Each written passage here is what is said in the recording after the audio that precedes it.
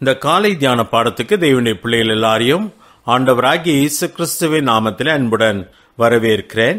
இந்த காலை தியான பாடத்துக்கு ஆதாரமாக நீதிமொழிகள் 17வது அதிகாரம் 13ஆம் வசனத்தை நான் உங்களுக்காக வாசிக்கிறேன். கவனியுங்கள். நன்மைக்கு தீமை செய்கிறவன் எவனோ அவன் வீட்டை விட்டு தீமை நீங்காது என்று சொல்லி வாசிக்கிறோம். பரிசுத்த வேதாகமம் நன்மைக்கு நன்மை செய்ய வேண்டும் என்பதை நமக்கு கற்றுக் கொடுக்கிறது. தீமைக்கு கூட நன்மை செய்ய வேண்டும் என்றுதான் கற்றுக் கொடுக்கிறது. ஆனால் இந்த வசனத்திலே நாம் வாசிக்கிற காரியம் என்னவென்று சொன்னால், நன்மைக்கு தீமை செய்கிறவனை பற்றி இந்த வசனம் சொல்லுகிறதா இருக்கிறது. சில மனிதர்கள் இப்படிப்பட்டவர்களாய் இருக்கிறார்கள். நன்மைக்கு தீமை செய்கிறவர்கள் எல்லா நன்மைகளையும் அனுபவித்துவிட்டு திரும்பி நன்மை செய்வதற்கு பதிலாக தீமையை அவளுக்கு செய்கிறவர்களாய் இருக்கிறார்கள். அப்படிப்பட்டவருடைய வீட்டை விட்டு தீமை நீங்காது என்று சொல்லி பரிசுத்த வேதாகமம் சொல்லுகிறதா இருக்கிறது. அது என்ன என்பதை இந்த நாளில் நாம் பார்க்கலாம். தீமைக்கு தீமை செய்யாதே என்று சொல்லி ரோமர் 12வது அதிகாரம் 17வது வசனத்திலே நாம் வாசிக்கிறோம். ஆண்டவர் தீமைக்கு தீமை செய்யக்கூடாது என்பதை அந்த வசனத்தில் சொல்லுகிறார். வாசிக்கிறேன் பாருங்கள். ஒருவனுக்கும் தீமைக்கு தீமை செய்யாதிருங்கள், எல்லா மனுஷருக்கு முன்பாகவும் யோக்கியமானவைகளை செய்ய நாடுங்கள் என்று சொல்லுகிறார். இதனுடைய அர்த்தம் என்ன? தீமைக்கு தீமை செய்யக்கூடாது. அதாவது ஒரு மனிதன் செய்யக்கூடாத காரியத்தை எனக்கு விரோதமாய் செய்து விடுவானானால், சாதாரணமாக மனிதனுடைய மனம் என்ன சொல்லுகிறது என்று சொன்னால், நானும் அவனுக்கு அதையே திருப்பி செலுத்துவேன், அதே போன்ற காரியம் அவனுக்கும் நடக்க வேண்டும் என்பதை நான் விரும்புகிறவனாக இருப்பேன். ஆனால் ஆண்டவர் சொல்லுகிறார், தீமைக்கு தீமை செய்யாதே. அவன் உனக்கு செய்யக்கூடாத காரியத்தை செய்திருந்தால் நீனும் அதே தவற்றை திருப்பி செய்யாதே என்பதை சொல்லுகிறார். அதுதான் யோக்கியமானதை செய்ய நாடுங்கள். அவன் செய்வது தவறு என்று சொன்னால் அதே காரியத்தை நீ திருப்பி செய்வாயானால் அதுவும் தவறாயிருக்கிறதே, அதுவும் அயோக்கியமானதாயிருக்கிறதே. ஆனால் ஆண்டவர் சொல்லுகிறார், தீமைக்கு தீமை செய்யாமல், அயோக்கியமானதற்கு அயோக்கியமானதை திருப்பி செலுத்தாமல் நீ யோக்கியமானதை செய்ய முயற்சி எடு என்பதை தான் ஆண்டவர் அங்கே சொல்லுகிறவராக இருக்கிறார். யோக்கியமானவைகளை செய்ய நாடுங்கள் என்று சொல்லுகிறார். அப்படியானால் தீமைக்கு நீ நன்மை செய். எந்த நன்மையை அவன் செய்திருக்க வேண்டும் என்று நீ எதிர்பார்க்கிறாயோ அதே நன்மையை நீ திருப்பி செலுத்து என்பதை சொல்லுகிறார். அதுதான் யோக்கியமானதாக இருக்கிறது. 18ஆம் வசனத்தில் வாசிக்கும் பொழுது, கூடுமானால் உங்களால் ஆன மட்டும் எல்லா மனுஷரோடும் சமாதானமாயிருங்கள் என்று சொல்லி ஆண்டவர் சொல்லுகிறார். கூடுமானால் உங்களால் ஆன மட்டும் எல்லா மனுஷரோடும் சமாதானமாயிருங்கள் சொல்லுகிறார். ஏன் இப்படி சொல்லுகிறது வசனம் என்று சொன்னால், சில மனிதர்கள் சமாதானமாய் இருப்பதை விரும்புகிறதில்லை. அவர்கள் தீமை செய்ய பார்க்கிறார்கள். எல்லாரோடும் சமாதானமாய் இருந்துதான் ஆக வேண்டும் என்று சொன்னால் அது இந்த பூமியிலே சாத்தியம் இல்லை என்பதுதான் உண்மையான ஒரு காரியம். அதனால்தான் வேதம் சொல்கிறது, கூடுமானால் உங்களால் ஆன மட்டும் எல்லா மனுஷரோடும் சமாதானமாயிருங்கள், எவ்வளவு முடியுமோ அவ்வளவு செய்யுங்கள் என்பதை சொல்லுகிறார். அப்படி அவர் சொல்வதற்கு காரணம் என்னவென்று சொன்னால், தீமைக்கு தீமை செய்வது பழிவாங்குதலாயிருக்கிறது. 19ஆம் வசனத்தில் ஆண்டவர் சொல்லுகிறார், பிரியமானவர்களே, பழிவாங்குதல் எனக்குரியது, நானே பதில் செய்வேன் என்று கர்த்தர் சொல்லுகிறார் என்று எழுதியிருக்கிறபடியால் நீங்கள் பழி வாங்காமல் கோபாக்கினைக்கு இடம் கொடுங்கள் என்று சொல்லி ஆண்டவர் அந்த வசனத்திலே குறிப்பிடுகிறவராக இருக்கிறார். பழி வாங்குதல் எனக்குரியது என்று சொல்லுகிறார். உங்களுக்குரியது பழி வாங்குதல் கிடையாது. நீங்கள் தீமைக்கு தீமை செய்யக்கூடாது. நீங்கள் தீமைக்கு நன்மைதான் செய்ய வேண்டும். எந்த மட்டும் முடிகிறதோ அந்த மட்டும் நீங்கள் தீமைக்கு நன்மை செய்யுங்கள், யோக்கியமானதை செய்யுங்கள். காரணம், பழி வாங்குதல் உங்களுக்குரியது அல்ல என்பதை ஆண்டவர் சொல்லுகிறார். எனக்கு இடம் கொடு, நானே பதில் செய்வேன் என்று சொல்லி ஆண்டவர் இந்த இடத்திலே அழகாய் சொல்லுகிறதை பார்க்கிறோம். ஏன் தீமைக்கு தீமை செய்யக்கூடாதாம்? ஏன் பழி வாங்கக்கூடாதாம்? 21ஆம் வசனத்தில் அதற்கான பதில் சொல்லப்பட்டிருக்கிறது. நீ தீமையினாலே வெல்லப்படாமல் தீமையை நன்மையினாலே வெல்லு என்பதை ஆண்டவர் சொல்லுகிறார். நாம் பழிக்கு பழி வாங்குவோமானால் நமக்கு எதிராய் செய்யப்பட்ட தீமையை நாம் வெல்லுகிறவர்களாக அல்ல, அதே தீமையினாலே வெல்லப்படுகிறவர்களாக இருக்கிறோம். ஒரு மனிதன் நமக்கு தீமை செய்யும் பொழுது அவன் தண்டிக்கப்பட வேண்டியவனாக மாறிவிடுகிறான். அவன் குற்றவாளியாக மாறிவிடுகிறான். தேவன் அவனை தண்டிக்கிறவராக இருக்கிறார் அவன் செய்த தீமை நிமித்தமாக. நாமும் அந்த தீமைக்கு தீமையாக பதில் செய்து விடுவோமானால் நாமும் தண்டிக்கப்பட வேண்டியவர்களாக மாறிவிடுகிறோம். எனக்கு நன்மை செய்ய அறிந்திருந்தும் நாம் தீமை செய்கிறவர்களாய் மாறினபடினாலே நாம் தீமையினாலே வெல்லப்பட்டவர்களாக மாறிவிடுகிறோம். ஒரு மனிதன் கொலை செய்து விடுவானானால் அவன் கொலைகாரனாக மாறிவிடுகிறான், குற்றவாளியாக மாறிவிடுகிறான். அதற்கு பழிவாங்கும்படியாக நாமும் சென்று கொலை செய்து விடுவோமானால் நாமும் கொலைகாரர்களாக மாறிவிடுகிறோம், குற்றவாளியாக மாறிவிடுகிறோம். இதைத்தான் ஆண்டு சொல்கிறார், இதை நீ செய்யாதே, தீமைக்கு தீமை செய்யாதே, தீமைக்கு பழிவாங்க நினைக்காதே, தீமையினாலே நீ வெல்லப்படக்கூடாது, பதிலாக நீ தீமையை நன்மையினாலே வெல்ல வேண்டும் என்பதை சொல்லுகிறார். இதை நானும் நீங்கள் புரிந்து கொள்ள வேண்டும்.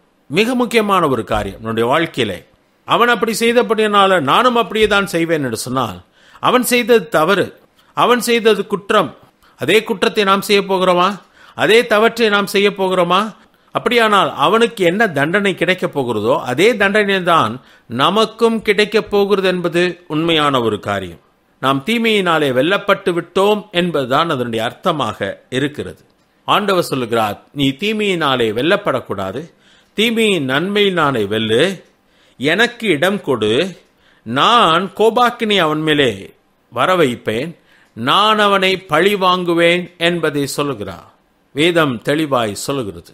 இப்படி உலகம் இருக்குமானால் அது எத்தனை ஆசீர்வாதமாய் இருக்கும். ஆண்டவராகிய இயேசு கிறிஸ்து நன்மை செய்கிறவராய் சுற்றி திரிந்தார் என்று சொல்லி அவருடைய பூமியின் வாழ்க்கையை பற்றி பரிசுத்த வேதாந்தத்தில் நாம் வாசிக்கிறோம்.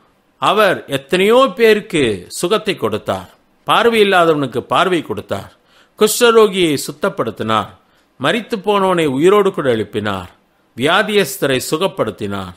தம்மிடத்தில் வந்தவர்கள் ஒருவரும் வெறுமையாய் திரும்பினதில்லை. தேவனுடைய வழிகளை அவர்கள் கற்றுக் கொடுத்தார்.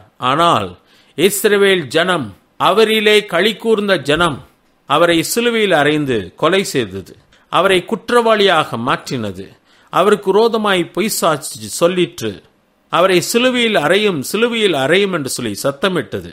அவர் என்ன குற்றம் செய்தார்? அதற்கு ஒன்றுமே இல்லை என்பதுதான் உண்மையாகும்.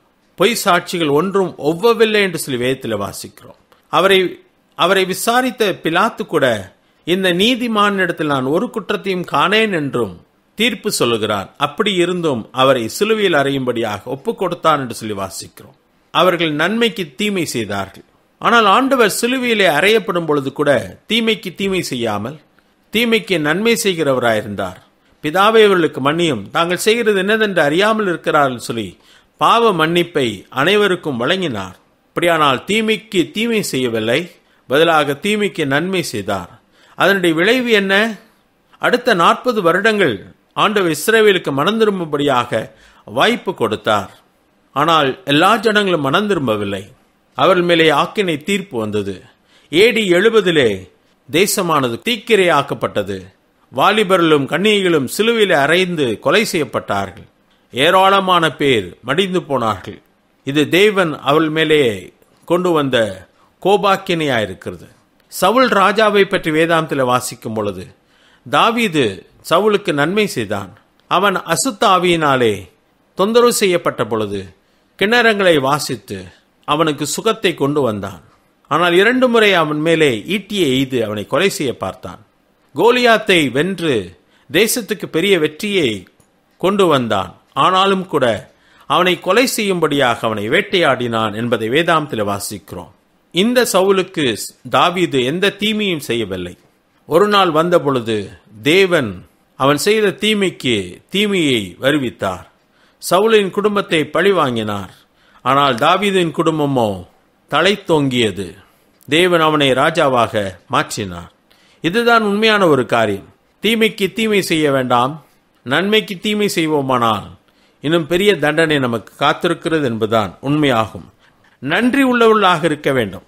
நன்மையை பெற்ற நாம் எப்பொழுதும் நன்றி உள்ளவர்களாக இருக்க வேண்டும். இது மிக முக்கியமான ஒரு காரியம்.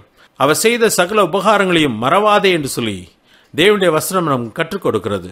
நாம் ஒன்றையும் குறித்து கவலைப்படாமல் எல்லாவற்றையும் ஸ்தோத்திரத்தோடு கூடிய ஜெபத்தினாலும் வேண்டுதனாலும் தேவனுக்கு தெரியப்படுத்துங்கள் சொல்கிறார். ஒரு காரியத்தை கேட்கும் பொழுது நன்றியோடு கூட நாம் கேட்க வேண்டும். எவ்வளோ காரியங்களை ஆண்டவர் நமக்கு செய்திருக்கிறாரே, அதை சொல்லி நன்றி செலுத்தி விட்டு எப்பொழுது என்ன தேவையோ அதை நாம் ஆண்டவரிடத்திலே கேட்க வேண்டும். எல்லாவற்றிலேயும் ஸ்தோத்திரம் செய்யுங்கள் என்றுதான் வேதம் நமக்கு கற்றுக் கொடுக்கிறது. பெற்றோர் நமக்கு செய்த நன்மைகளை ஒரு காலம் மறந்துவிடக்கூடாது. அவர்கள் நம்மை வளர்த்த விதம், அதற்காக அவர்கள் எடுத்துக்கொண்ட சிரமங்கள், அதற்காக நாம் நன்றி உள்ளவர்களாக இருக்க வேண்டும், நன்றி செலுத்த வேண்டும். நன்றியை அவள் வாழ்க்கையில நாம் காட்ட வேண்டும். அவளுக்கு நாம் திருப்பி நன்மை செய்ய வேண்டும். அதே போல ஆசிரியர்கள் நம்மை உருவாக்கினவர்கள், நம்முடைய நண்பர்கள் நம்மோடு கூட எல்லா காலத்திலும் இருந்தவர்கள், நம்முடைய சபை போதகர் நம்மை ஆவிக்குரிய நிலைமையிலே வளர்த்தவர்கள், இவள் எல்லாரையும் மறந்துவிடக்கூடாது. நம்மை உருவாக்கும்படியாக தேவன் நம்முடைய வாழ்க்கையில வைத்த அவர்களை எந்த விதத்திலே நாம் சந்தோஷப்படுத்துகிறோம், எந்த விதத்திலே அவர்களை கனப்படுத்துகிறோம்? நன்றி உள்ளவர்களாக இருக்கிறோமா அல்லது நன்மைக்கு தீமை செய்கிறவர்களாக இருக்கிறோமா? சிலருடைய வாழ்க்கையிலே பார்க்கும் பொழுது எல்லா நன்மையும் அனுபவித்து விட்டு திருப்பி செலுத்த வேண்டிய காலத்துல அதை தவிர்க்கும்படியாக அவளோடு கூட சண்டையிட்டு போய்விடுகிறார்கள். காரணமில்லாமல் சண்டையிடுகிறார்கள். அவர்கள் உண்மையாகவே சண்டையிடுவதின் காரணம் திருப்பி அவர்களுக்கு நன்மை செய்ய வேண்டியது வரும் என்பதற்காக அவளை விட்டு விலகும்படியாக அவர்கள் சண்டையிட்டு அவளை விட்டு விலகி போய்விடுகிறார்கள். இப்படி விலகி போகும் பொழுது அவர்கள் நன்மை செய்யாமல் போவதோடு கூட அவள் பெயரை கெடுத்து அவர்களுக்கு விரோதமாய் பேசி அவள் இருதயத்தை வேதனைப்படுத்தி அவர்கள் அவளை விட்டு பிரிந்து போகிறார்கள். நன்மைக்கு தீமை செய்கிறவர்களாக மாறுகிறார்கள். அநேக நஷ்டங்களை அவர்களுக்கு அவர்கள் ஏற்படுத்துகிறார்கள். இது நன்மைக்கு தீமை செய்கிற காரியமாக இருக்கிறது. பிரியமானவர்களே, பரிசுத்த வேதாகமம் நன்மைக்கு நன்மை செய்ய வேண்டும் என்று சொல்வதோடு கூட தீமைக்கு நன்மை செய்ய வேண்டும் என்று சொல்லுகிறார். காரணம், அப்படி செய்வதுதான் நமக்கு ஆசீர்வாதத்தை கொண்டு வரும். அப்படி இல்லை என்று சொன்னால் நாமும் குற்றவாளியாக மாறிவிடுவோம். தீமையினாலே நாம் வெல்லப்படுவோம் என்று சொல்லப்பட்டிருக்கிறது. அது மட்டுமல்ல, நாம் பழிக்கு பழி வாங்கக்கூடாது. அது நம்முடைய வேலை அல்ல. தேவனே பழிக்கு பழி வாங்குவார் என்று சொல்லி வேதம் சொல்கிறது. காரணம், அவர் பழிக்கு பழி வாங்குவாரானால் அது மிகவும் கடினமானதாக இருக்கும். அது பயங்கர வேதனை உள்ளதாக இருக்கும். அதனாலே உன்னுடைய சத்துரு உண்மையாகவே பழி வாங்கப்பட வேண்டுமானால் அது தேவன் கரத்திலே கொடுத்து விடு. நீ பழி வாங்க துடிப்பாயானால் நீயும் குற்றவாளியாய் மாறி விடுவாய். நீ நன்மை செய்கிறவனாயிரு. நாம் நம்முடைய சத்துருக்களுக்கு நன்மை செய்யும் பொழுது என்ன நடக்கிறது என்று சொன்னால், ஒன்று, அவன் திருந்துவதற்கு அவனுக்கு வாய்ப்பு கொடுக்கப்படுகிறது. அப்படி அவன் நன்மை பெற்றும் திருந்தாவிட்டால் அவன் தலையின் மேலே அக்கினி தழலை நீ குவிக்கிறவனாய் இருப்பாய் என்று சொல்லி ரோமர் 12வது அதிகாரம் 20ஆம் வசனத்தில் சொல்லப்பட்டிருக்கிறது. அதனுடைய உண்மையான அர்த்தம், நம்முடைய நோக்கம் அவன் மனம் திரும்ப வேண்டும் என்பதுதான். அதனால்தான் தீமைக்கு நாம் நன்மை செய்கிறோம். ஆனால் அதிலும் அவன் மனம் திரும்பாமல் போனால் அவனுக்கு வரப்போகிற ஆக்கினை பல மடங்காக இருக்கும் என்பதுதான் வேதம் சொல்லுகிறதா இருக்குது. எது சரியா இருக்கும்? நாம் தீமை செய்வோமானால் நாமும் குற்றவாளியாய் மாறி போவோம். ஆனால் நாம் தேவன் கையிலே அதை கொடுத்து விடுவோமானால் தேவன் பல மடங்கு அதிகமாய் அவளை பழி வாங்குகிறவராயிருப்பார். ஆனால் ஒரு காலம் நன்மைக்கு தீமை செய்கிறவர்களாக நாம் இருக்கக்கூடாது. அப்படி இருப்போமானால் நம்முடைய வீட்டை விட்டு ஒரு காலம் தீமையானது நீங்காது என்பதுதான் இந்த வசனம் நமக்கு தெளிவாய் சொல்லுகிறது. நாம் எப்படிப்பட்டவர்களாக இருக்கிறோம்? நம்முடைய வாழ்க்கையிலே நாம் நன்றி உள்ளவர்களாக இருக்கிறோமா? நம்முடைய வாழ்க்கையிலே நம்மை உருவாக்கினவர்களை நினைத்து பார்க்கிறோமா? அவளுக்கு எதையாவது திருப்பி செலுத்த நாம் துடித்து கொண்டிருக்கிறோமா? அவளுக்காக நாம் என்ன செய்கிறோம்? அல்லது நன்றி மறந்தவர்களாக நன்மையை பெற்ற நாம் அவளுக்கு தீமையை திருப்பி செலுத்தி கொண்டிருக்கிறோமா என்பதை சோதித்து பார்ப்போம். இந்த வசனம் அதை சொல்லிதான் நம்மை எச்சரிக்கிறதா இருக்கிறது. நம்முடைய வாழ்க்கை எப்படிப்பட்டதா இருக்கிறது என்பதை சோதித்து பார்த்து நன்மைக்கு தீமை செய்கிறவர்களாக அல்ல, தீமைக்கு நன்மை செய்கிறவர்களாக நன்றி உள்ளவர்களாக வாழ்வோம். கர்த்தர் தாம் இந்த வார்த்தைகளை ஆசீர்வதிப்பாராக. ஆமென்.